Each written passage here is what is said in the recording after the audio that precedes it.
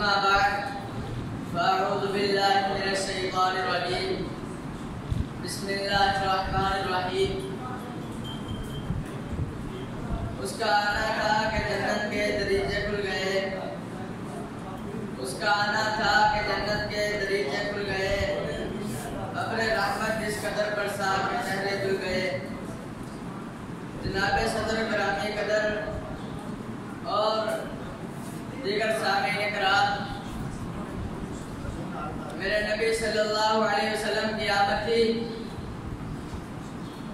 کہ سارے جہاں کے اندھیرے ختم ہو گئے، سارے حجر و سرم ٹوٹ گئے. وہ وحشی درندے جو انسانیت کے نام پر دبا تھے اور دنیا پر حکومت کر رہے تھے، ان کی حکومت ختم ہو گئی. جو انسانوں کو شیروں کے آگے نوالا بنتا دیکھ کر مسرور ہوتے تھے، وہ میرے پیارے نبی صلی اللہ علیہ وسلم کے آنے کے بعد خود ختم ہو گئے. کسی نے ان کو پوچھا تک نہیں. جہالت بھی مٹ گئی، ابو جہل بھی مٹ گیا.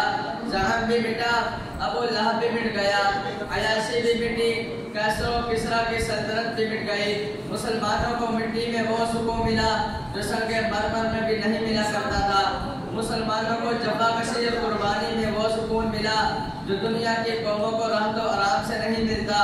وہ لوگ جن کو اونٹ چرانے نہیں آتے تھے 40 لاکھ مربع میل پر حکمرانیاں کرنے لگے، اور پھر نہ انسانوں میں سے کوئی سرکشی کر سکا، نہ زمین کو موقع ملا کہ وہ زلزلے برپا کر سکے، نہ ہواؤں کو موقع ملا کہ وہ آندھیاں لا سکے، نہ بادلوں کو جرأت ہوئی کہ وہ بارش برسانے میں تاخیر کر سکے، نہ کنویں خشک ہونے کی جسارت کر سکے، نہ کسی کو ظلموں پر بریت کا موقع مل سکا.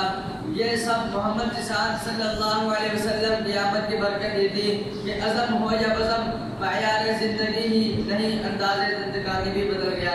اللہ تعالیٰ سے دعا ہے اللہ تعالیٰ میں نبی صلی اللہ علیہ وسلم کی سیرت پڑھ کر اس پر عمل کرنے کی توفیق عطا فرمائے.